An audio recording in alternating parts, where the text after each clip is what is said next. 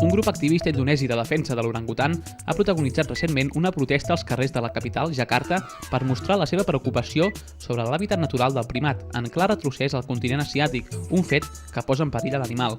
4 dels activistes anaven disfressats d'orangutan mostrant com la seva població disminueix perquè han de fugir del seu hàbitat selvàtic, que és destruït i convertit en plantacions per l'elaboració d'oli de palmera. Segons el director executiu del Centre per a la Protecció de l'Orangutan d'Indonèsia, si no es posa fre al ritme actual de devastació de la selva per finalitats agrícoles i econòmiques, en qüestió de 2 o 3 anys, els orangutans podrien ser extingits com a espècie animal. Tot i això, d'altres experts creuen que l'extinció podria arribar al 2015. Segons el centre, els plans del govern de convertir 455.000 hectàrees de selva de l'illa de Borneo en terrenys per plantar-hi palmeres posen en greu perill la supervivència de l'espècie.